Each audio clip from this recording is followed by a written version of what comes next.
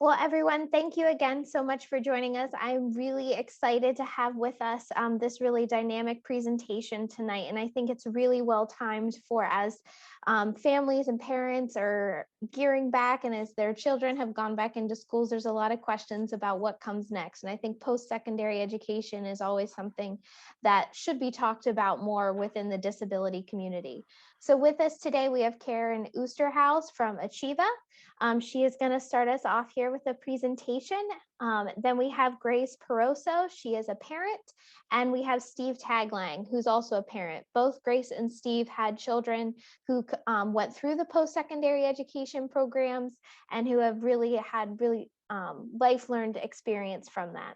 So I'm going to go ahead and turn it over to Karen. Karen will go ahead and get our screen minimized. And then if you want to go ahead and share your presentation.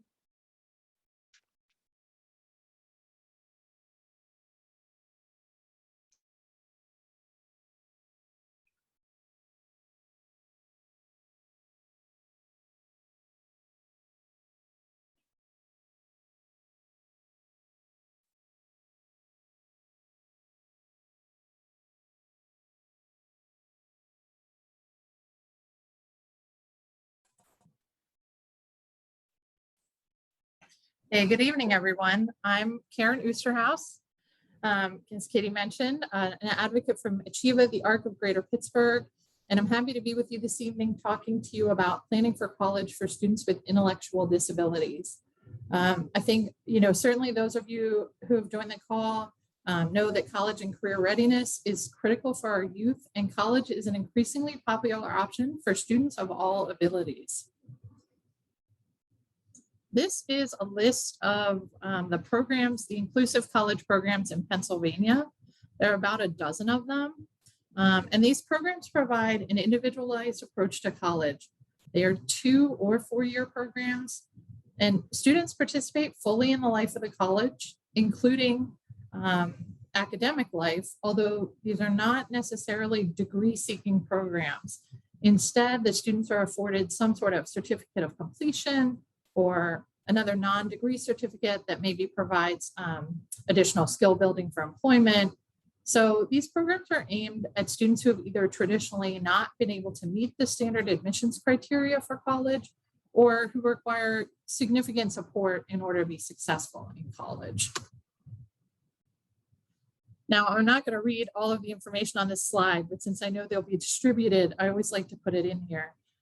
This slide provides additional information basically on all of the college programs in Pennsylvania.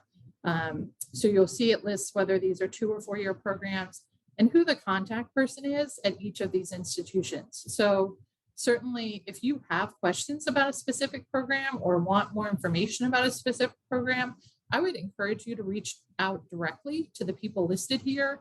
I promise they will be more than happy to hear from you. So let's get started. My next slide is a little bit of a throwback.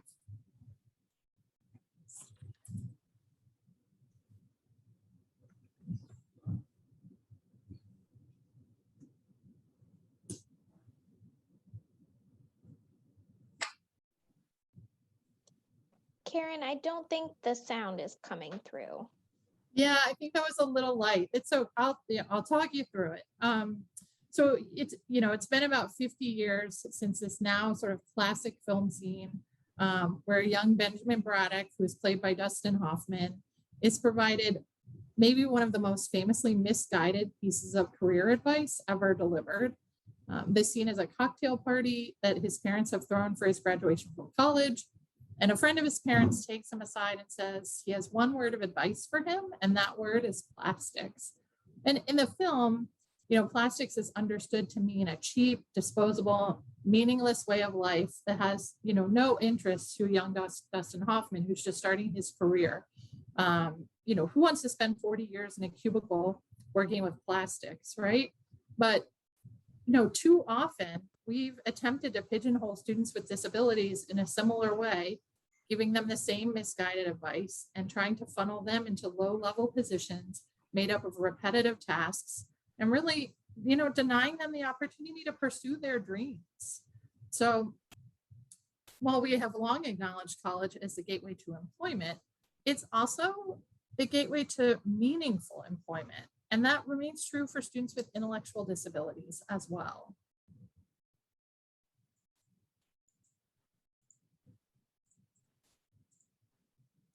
So we know that college attendance affects career readiness, and employment is certainly a big part of the college experience.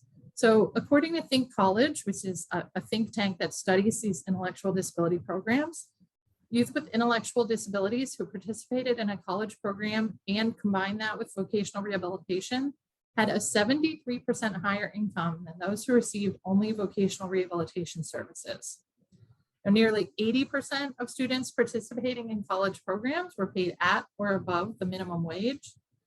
And of the students employed upon leaving their college program, 90% were in jobs that are integrated and in the competitive labor market, which is really outstanding.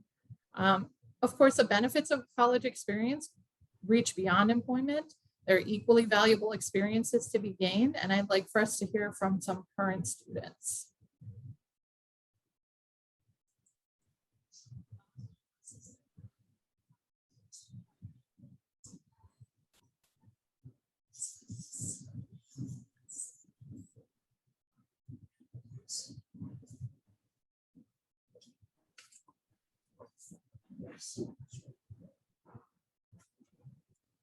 So our students are interested in college. They want to go to college. They know they can do more. They want to meet these expectations. So these are some of the benefits of the on-campus experience, things like time management, nutrition and wellness, living space, managing, your dorm room, getting along with a roommate, budget and finance. And then really, as with any young college student, it's an opportunity to experience a type of independent but supported living. So where do we start?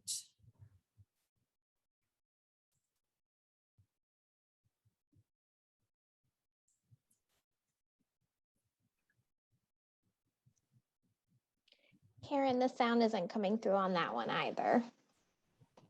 Yeah, I apologize. I don't know why they're so low, but in any event, college may not be hard, but it certainly requires foresight and careful preparation. As with any student, preparing a child with intellectual disabilities for higher education is a process that should begin very early. So again, by virtue of attending here this evening, we know that you're already involved in your child's education. You're going to want to advocate for inclusive practices. Your child should be able to participate in the life of the school, including extracurriculars, to the extent that they're interested and or able. You're going to want to talk to your child about life after high school and specifically talk about college as not just an option, but perhaps something that is a foregone conclusion. You're going to want to make sure that your child participates in IEP meetings as early as is appropriate. I mean, they have the right to attend anytime, so you don't actually have to wait until transition age to begin bringing them to IEP meetings. But that's how, everyone sort of learns to self-advocate, right? Is by participating in meetings like that. Help your child understand their strengths, weaknesses, likes, dislikes. With this understanding comes, again, additional means for self-advocacy. They're able to ask for support or make adjustments that they know will work best for them. And then once they are 14, you want to bake college exploration into the transition plan. Things like researching the various programs and accompanying supports could be a part of the transition plan. Would your child want to be close to home or farther away? They want a rural or urban setting. They want a large university or small liberal arts college. All of those things can be considered sort of as part of the transition plan. So with that, you're going to want to make sure that the IEP team obviously knows that your child plans to attend college and is working toward that objective as well. So skill building throughout the high school years. You're going to want to use person-centered planning and enable the student to participate in developing goals based on again, their unique strengths, interests, abilities. And again, looking at these colleges and universities and thinking where they may want to end up. As you think about transition goals, you may also want to consider some goals that can only be met in a traditional college setting. What kinds of things will your child need to learn throughout high school so that they can be successful at college? Obviously, a big question on everyone's mind when it comes to colleges and universities is how it's paid for. So things that some folks have used, Office of Vocational Rehab, Medicaid waiver funding. Students can qualify for federal financial aid in some cases. And dual enrollment is an important piece of the puzzle, or can be. And it's, again, something you want to thoughtfully consider as you do transition planning. So dual enrollment is money from the school district, so the K through 12 school district, that will help finance college as part of transition plan. So it's possible for students to be enrolled both in their local school district and in one of these college programs at the same time, and use that public school funding as funding for the transition program, which is attending college.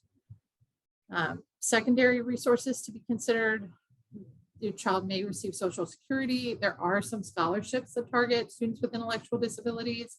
And then, of course, private pay will come into play to some degree, and good sort of tax advantage saving plans for college could be ABLE accounts or 529 plans.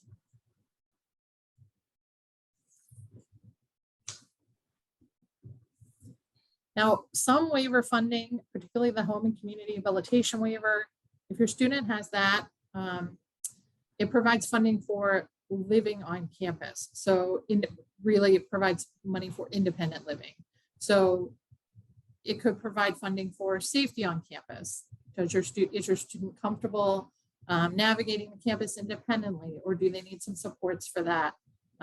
If they can't navigate it safely, you may be able to use waiver funding for some sort of safety and travel training.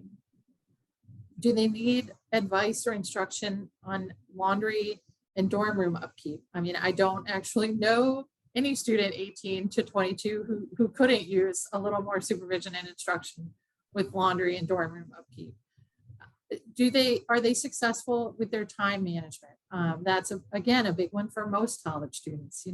Do they need support establishing a routine or understanding how much time they need for studying, how to manage their free time? Health and wellness, sort of outside of gym class, are they able to care for themselves appropriately, right? And are they participating in some sort of athletic activity? Are they eating well?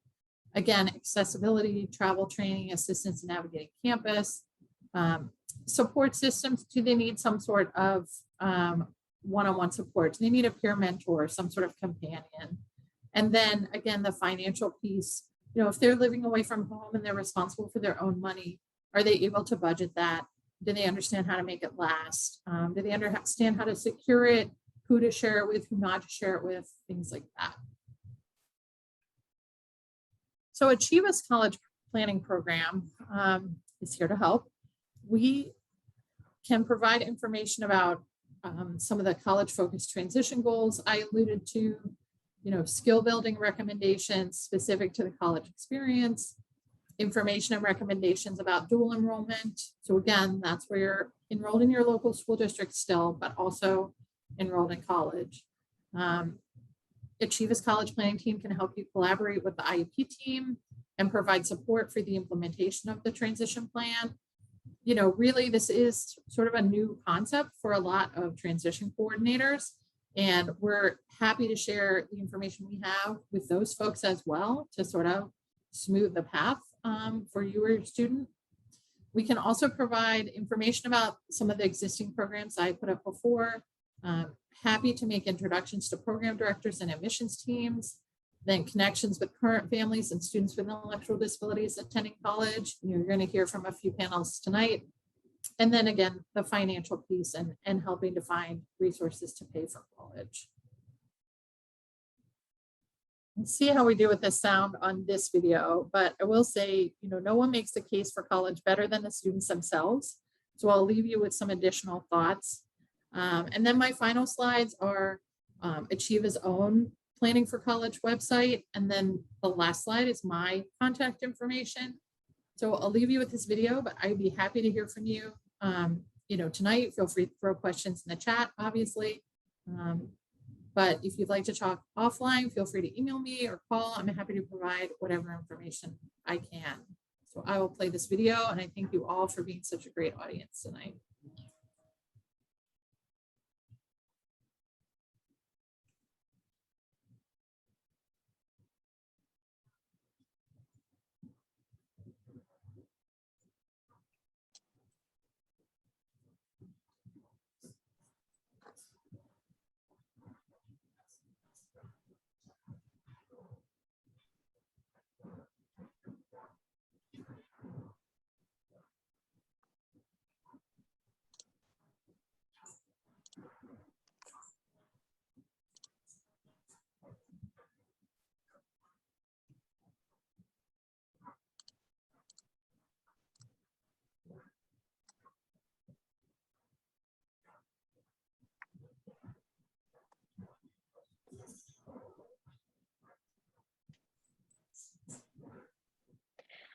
Hi, Karen. Unfortunately, it does look like the sound isn't coming through. So I think whenever we share your slide deck, Karen, for everyone afterwards, we'll include a version that has the sound that everyone can hear from then too.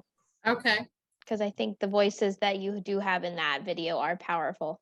So yeah, apologies everyone on the tech issue. But as Karen said, I think the transcript that we saw there, they really are quite vocal about why the program is so good.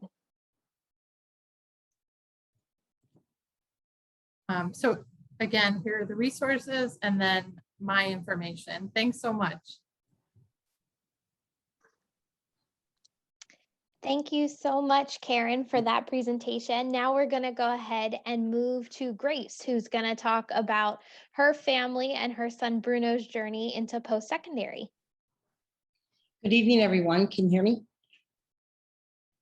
We can. Good evening, everyone. Is the volume okay? Yep, you're good. My name is Grace Peroso, and my son Bruno Peroso is a graduate of a 2015 class of the Real Certificate at Arcadia University. Bruno was a pioneer in the program. We stopped upon it just by chance because we had gone to a transition fair. The transition fair was our last hope. Bruno was in a life skills class, and really it wasn't the right class for him. So as many other parents, we were wondering what was going to happen after high school. What could we do to try to better him, or to even have him fit in somewhere? My husband and I decided to go to this transition fair, in which we were blessed to have met Dr. Gomez at the time, and she was starting this new program. So he's a pioneer in the program. Many students had 2 years of the program, which Bruno was able to go for 3 years. It was the light at the end of our tunnel at the time. We really had no idea what was going to happen after high school. He was in a life skills class, therefore he could have stayed till he was 21, but we all become products of our environment. So we decided to have him graduate with his class in 2013, and he left the life skills class at 18. And we were able to start in September with this Arcadia program, which was called the Real Certificate. It was a blessing. It was the first time that he actually felt as though he was a part of the community. It was still new, so everything was just trying to figure out how it was going to work, and new staff, but we stuck with it, and it was a blessing. He was able to get credits for one of the classes that he had taken in audio engineering. He always loved music, so he found a friend that was also in the program that enjoyed music, and they were actually host, and he was the DJ of the radio program at Arcadia University. And twice a week they went on for their show, and it was such a blessing. I'm sure a lot of you parents out there are all in the same shoes. It's so difficult. It really is to figure out a future for our kids, especially when society doesn't really think that they're capable of a lot of things.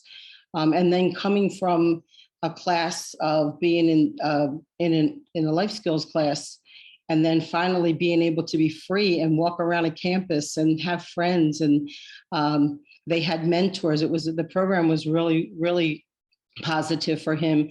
It helped him open up and be a part of something.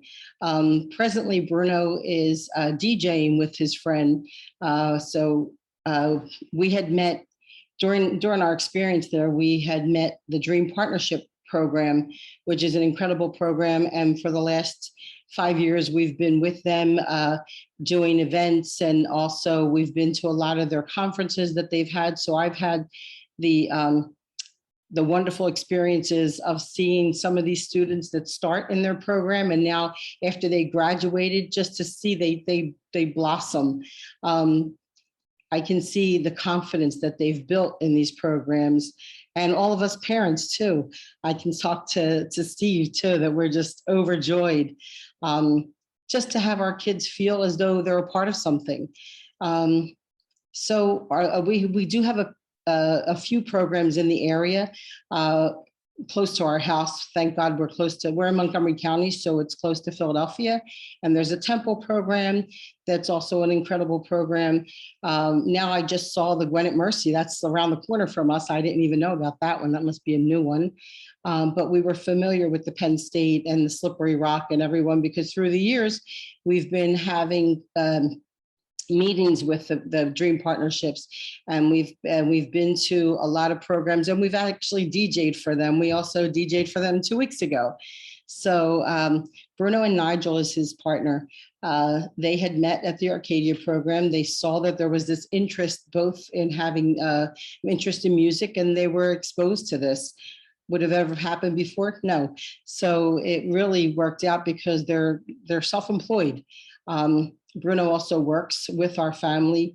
I just feel that these programs are such a positive thing for our students and our kids, because if not, they would just be sitting on the sofa. As I say, let's graduate to the sofa. Unfortunately, there's not many work opportunities that are given, or if there is, a lot of these students are higher functioning. And society isn't ready for it, is all I can say. But I feel that a lot of these students that have graduated, you can see something ignited in their eyes. You can see that there's been an awakening. Just to see how they approach us, and they they feel so overjoyed because they went to college, they've done something with their lives, and a lot of them, I just found out, have jobs, which they wouldn't have probably been able to get if it wasn't for the fact that they were exposed to other things. While Bruno was in this program at Arcadia with the Real Certificate, he was able to work on campus. As I said, he worked with the radio station. He worked in the Commons, which was a greeter at the door, which I was shocked. He did so many things in the library, which he found out that he had a love for. So it exposes them to things that maybe society wouldn't give them an opportunity to. I always try to encourage parents. We know our kids. We know their capabilities. We know if it's a safe environment. We know if it's going to be something that's going to help them. And we have to be honest with ourselves when it comes to these programs. Is my child going to be my adult? Are they going to be able to walk around campus? A lot of these programs offer peer mentors. And they are smaller groups. So I feel, especially the Arcadia program was a smaller campus, and we felt safe, and he felt safe, and he felt very comfortable walking around the campus. So all I can say is that if anybody is considering it, think outside the box. Don't let society tell us that our kids are not capable. Trust your kid. Trust your gut feeling, because that's the first thing that's always correct. And give them an opportunity to do something like this, because it is eye awakening. It ignites them, and it's the light at the end of our tunnel too. But I just want to say that we have to keep these programs alive, not just for us, but for other parents. And yes, we were pioneers. Yes, we got maybe the short end of the stick, but it was still the best end that I ever got. Thank you very much. And if you have any questions. Thank you so much, Grace. I really appreciate that. We're going to go ahead and go to Steve.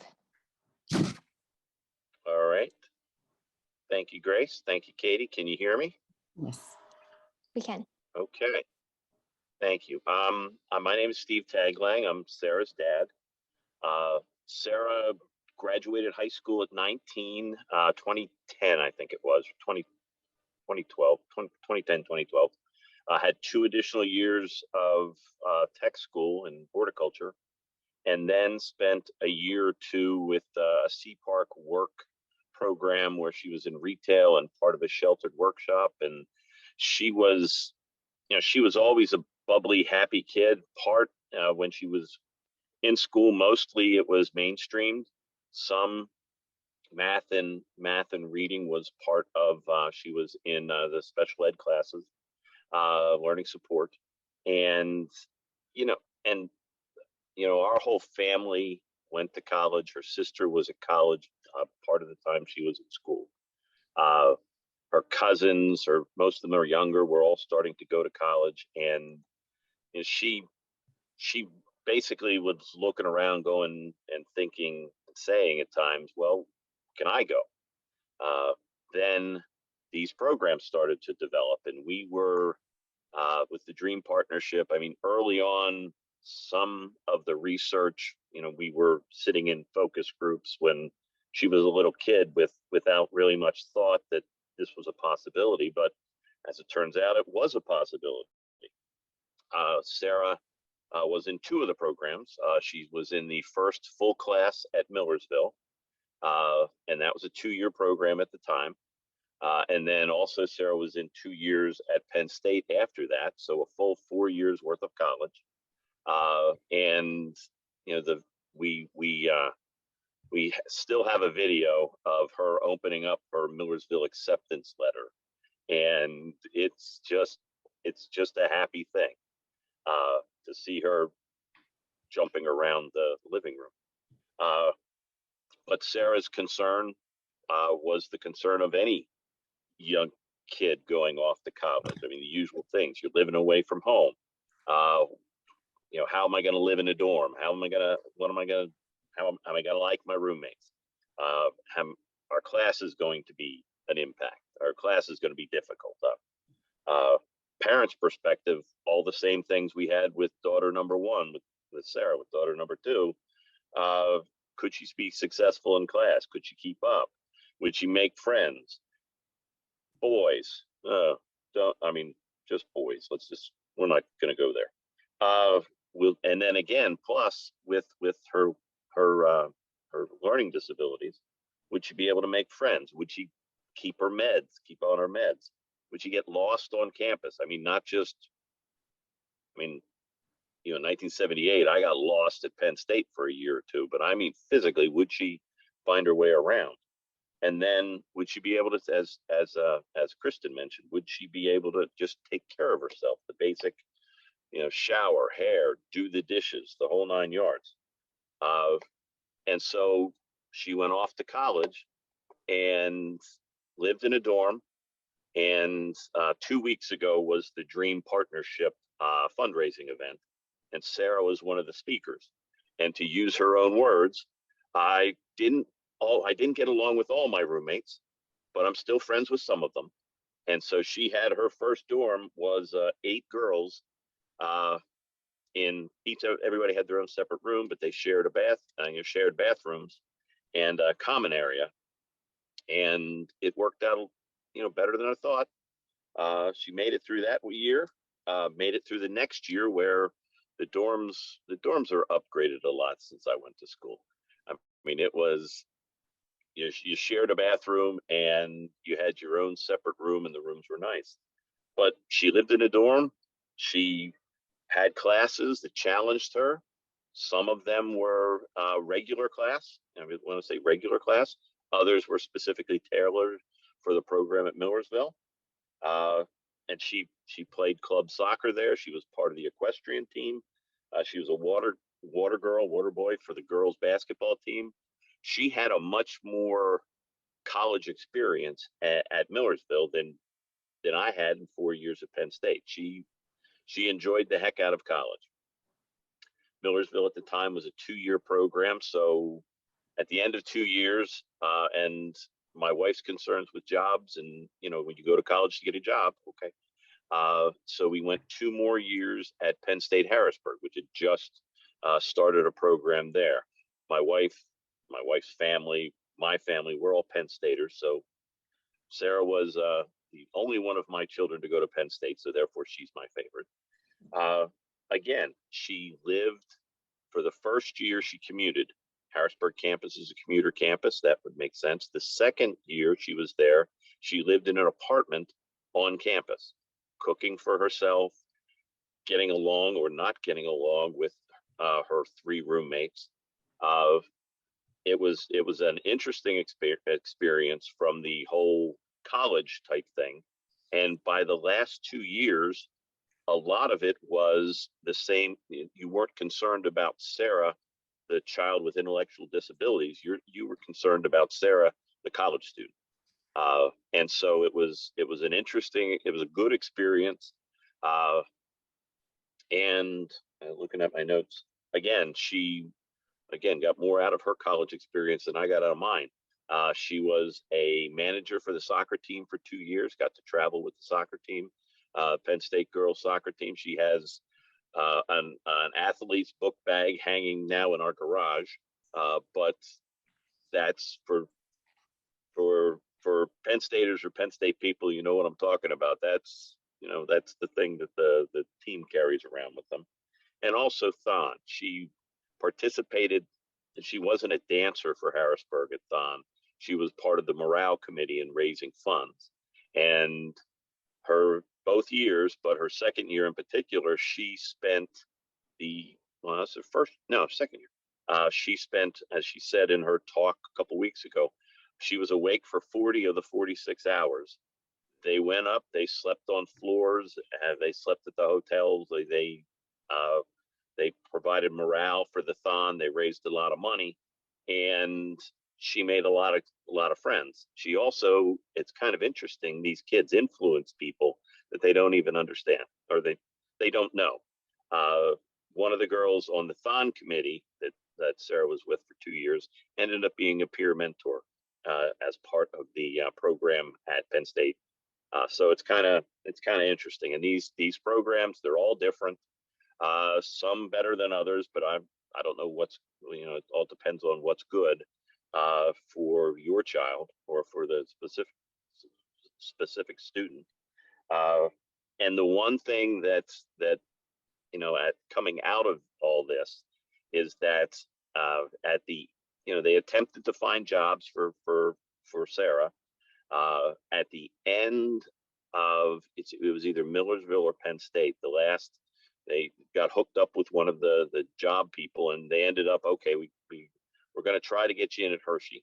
Well, they got her in at Hershey just, as part of the park, working in food service, working at Hershey Park, Chick-fil-A, which she loves Chick-fil-A, so that worked out. But also, so she, and to this day, she works a couple of weekends a couple of weekends a month, a couple of weekends a summer at Chick-fil-A, for no other reason that the discounts at the lodge and at the spa, but also something that she would have never thought to do.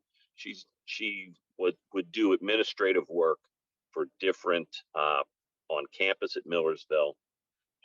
She would then go into and help her mom in her office with one of the state representatives. And they also got her an internship type thing through the Arc of Pennsylvania. Well, at the end, when she was going to go into, she was going to start working at a state position that probably wouldn't have been the best for her, but okay. The Arc of Pennsylvania said, "Hey, look, we can. I mean, would she like to work here?" So she is employed, not full time at this point, but employed, happy, which is, as a parent, you like to see that, and working,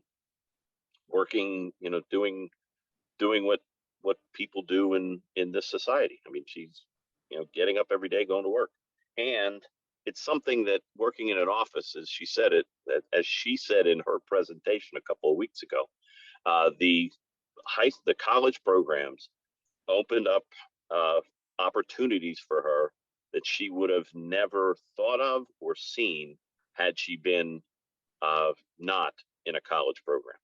And so that's one. It's gratifying for a parent to see that, but two, it was a heck of a lot of fun to watch her say that in a presentation to 50 adults or 100 adults. So it was these programs did wonders for my daughter, and I think the more that they get involved in these type of programs, the more that they get involved in their community, it's a great thing.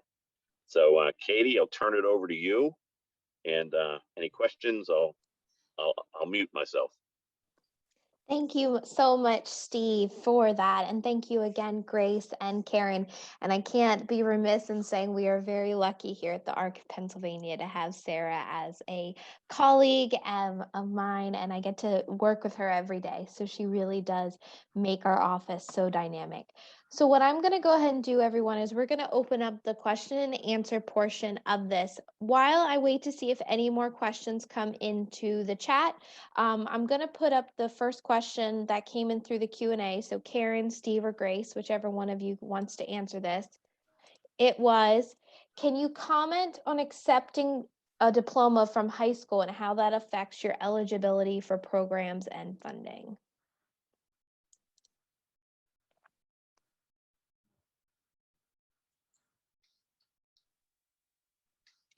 I can answer that by not. I can't answer that.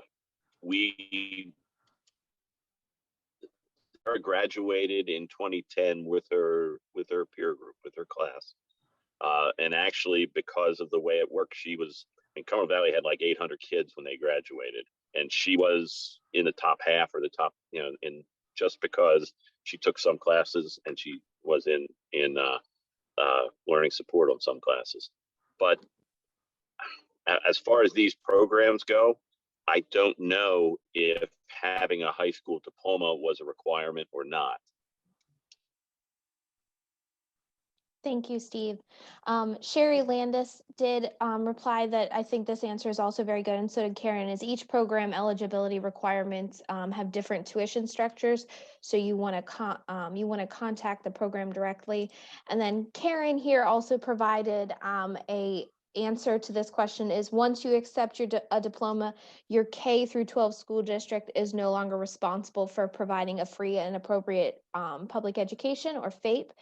So to remain eligible, you would not want to take the diploma. You would want to age out at 21. So those were two of the answers that were put in there.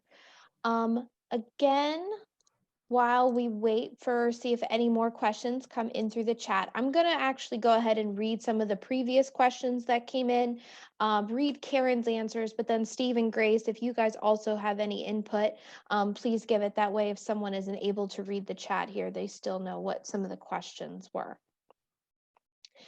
So the first question was, hi, do these programs support individuals with high sensory needs, and if they exhibit any behaviors? And Karen replied, many programs support individuals with high sensory needs and behaviors. Like any student, you want to explore a number of programs to make sure the support is there and it's the right fit. Steve or Grace, do you have anything to add to that one? Go ahead, Grace. I actually feel as a parent, what we did was we went on campus. My son was in a life skills class, and he doesn't have those issues, but there was a student that did. that was autistic, and he did have high sensory, and they did work with peer mentors with him. And often his program was definitely individualized for him. So it depends on the student. It depends on what type of behaviors also. And as parents, we have to be realistic also. I always feel, yes, it's a great idea. Is it going to fit my kid?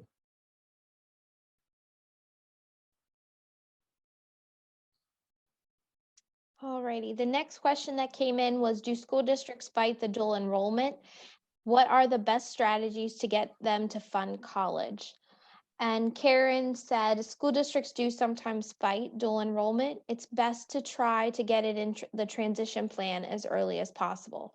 Some school districts have agreements with local colleges and universities, not necessarily at inclusive college programs, that allow any student to take college courses while they're in high school. If this is available in your school district, I highly recommend seeing if there's a college class that is appropriate for your student.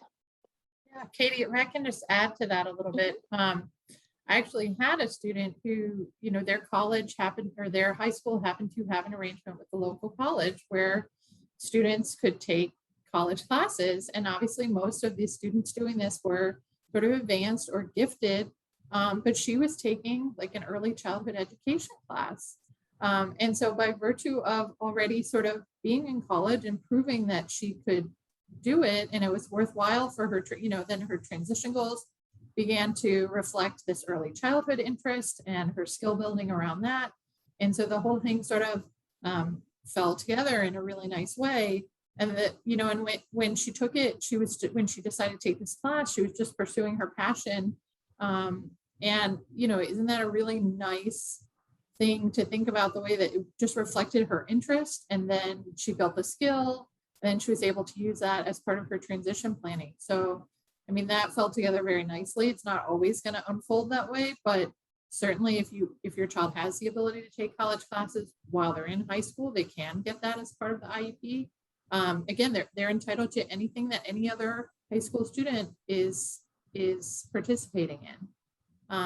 And then the other thing that is helpful is looking at goals, the goals that you want your child to accomplish, to the degree that you can tie those to a particular college program or a particular skill that's only taught at that college program. Like, for example, if they want to participate in independent living, well, a dorm is a great place to do that, right?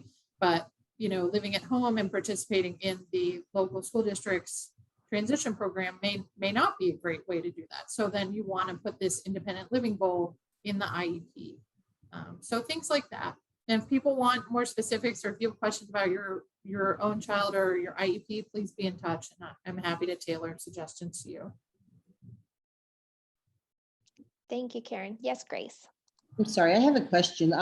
We haven't been with the high school since 2013, but are more high schools learning about our programs? I always call it our programs, about the secondary college programs, because when I told them, why didn't you mention this to us?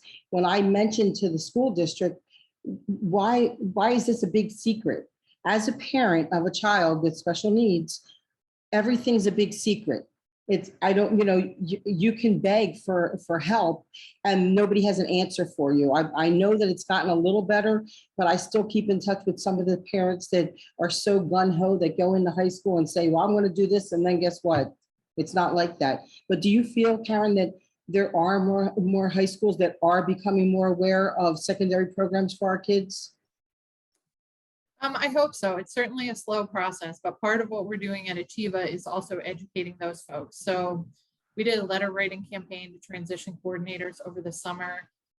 In addition to doing these parent focused events, I do school district transition fairs. So really, whoever will have me, like I'm there. But it is a slow process, and that's, with students with disabilities, with adults with disabilities, a lot of these programs have been around for so long, and change is oftentimes slow in coming, but it is coming. I mean, there are now, like I said, there are a dozen programs in Pennsylvania, maybe more, but there are more than 300 nationwide. So I I hope it's not going to be a well-kept secret for very much longer. I hope so. I mean, just for all these parents, I have a big mouth, so I'm always ready to mention it to someone because it's an experience that, that changes their lives. Absolutely. Yeah. Well, Grace, this is a question for you. They're asking if you can share more information about the transition fair that you mentioned. So I had found out, not from my school, but just through the great, we are self-employed. So fortunately, I know a lot of people. And I had found out that one of the local high schools, when my son was ready to graduate, was offering a transition fair, which was a good half-hour ride from here, but it was still something that we were interested in with my husband. We decided to go, in which that was the first time, and I've been very active. My son was one of the first life skills students to graduate from tech school. He went to tech school for visual communication, and I was shot down many a times. I had gone to the director and said, why can't he go to this program? Like I've gone to the back to school nights, and he looks like those kids in that class, the artsy type of kids. And I said, why is it a business deal? Do we have to pay for it? We'll pay for it. What's the deal? And they said, well, do you see him working in the arts and all this stuff? Yeah, why not? But anyway, I go back into the tech school, mascara down my face.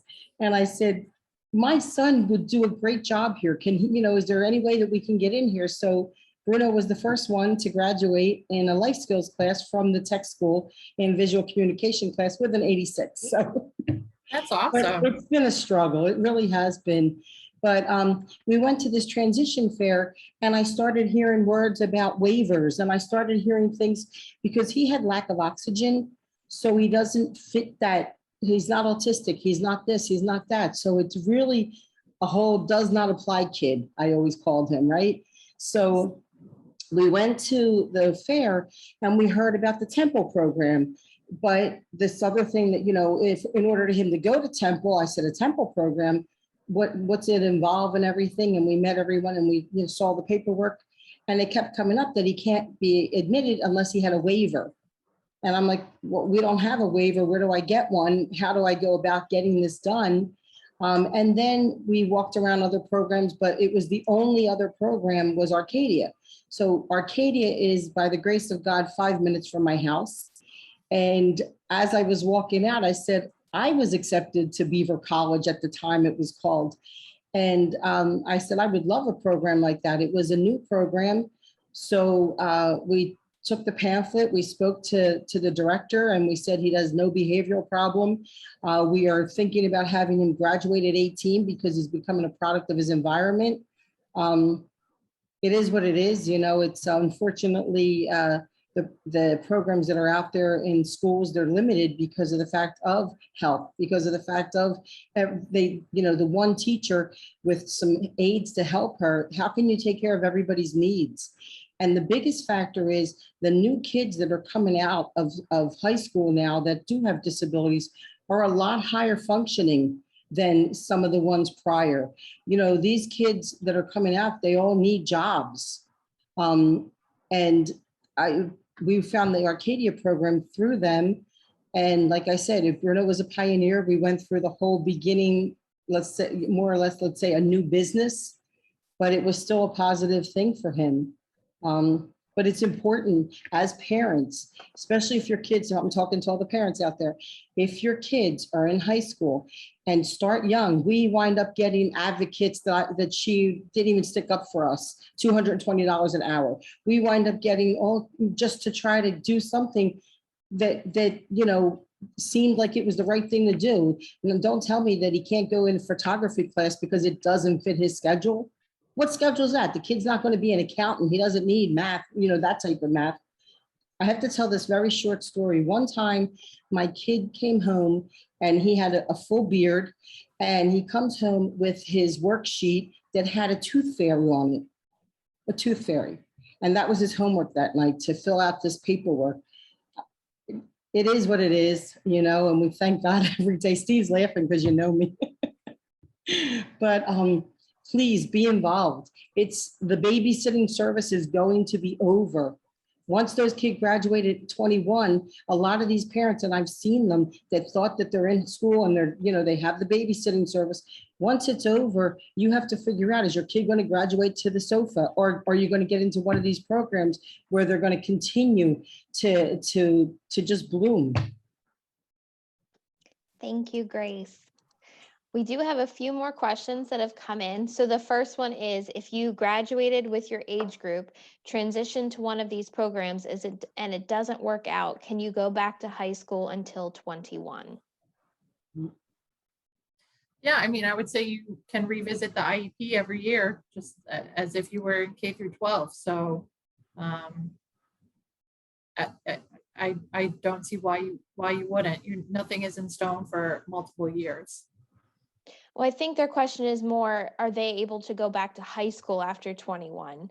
And I think under IDEA, the Individuals with Disabilities Education Act, actually, once your child turns 21, IDEA ceases to exist. So most schools don't take kids after the age of 21. Right. It actually says until 21. So I think there's some flexibility there, but. Yep, my bad, sorry. Yeah. I think your main concern there would be if yes, Susan, thank you so much for putting that in the chat. If they accept their diploma, they cannot return. The next question that came in is, what suggestions do you have for older adults who have been out of high school for some time? I mean, we do have programs that older adults return and take college classes. The funding stream may be a little different because your school district is not, as we've said, it's not going to fund that past 21. And they may not be able to live, may not be able to get the dorm experience. But certainly they could still take classes through these programs. And there are programs that accept older students. I know of some nationally. I don't actually know of any in Pennsylvania, but you could certainly inquire and see where that leads. I think some of the programs, at least the two that Sarah was involved with, there was a age cutoff at 26 years to 26 years old to start the program. So there are, that's beyond the typical college student year, but it was they're more young adults than kids just out of high school, but those programs did include not older students, but older than just straight out of high school. Thank you, Steve. Roseanne, I see that you raised your hand, so I'm gonna unmute you here. Roseanne, do you want to ask your question?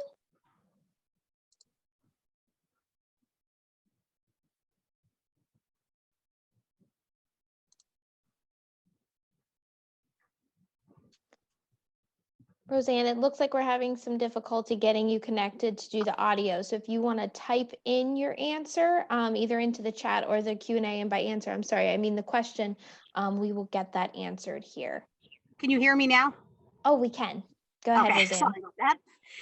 I just had a question asking if, do you have like some resources or links that, that might have a bunch of the different listings of different universities in Pennsylvania that have these type of programs? Or some websites that might be really helpful to like navigate through if this is something that you want to pursue for your child. Sure, I'll drop some of those in the chat. Thank you. Thank you, Karen. And Roseanne, I also put a link in. Someone had asked for more information on the Dream Partnership. So I had plugged that in as well. And everyone, I'll get these links from Karen. And whenever we send out our thank you email later on this week with the link to the recording, I'll include links to these documents that we are putting in and Karen's contact information as well. All right, I see a few more questions here. Would either of the parents be comfortable sharing their contact information? Yes. I will. Katie, yeah, Grace, sure, yes. Yeah. So Steve and Grace, I'll get your emails from you, and then we will include that as well for the contact information. Okay. And then we have a question, is there a fee for Achieva's services with the planning? No, all of our services are free to families. So I would love to hear from you. Thank you, Karen. And then we had someone who is a supports coordinator on today, and they have given us a link for some resources that they have put together. So I will include that as well in the email to everyone. I'm just saving that right now so I can make sure to have that on hand. Alrighty, everyone, I will open it up here for final questions, comments.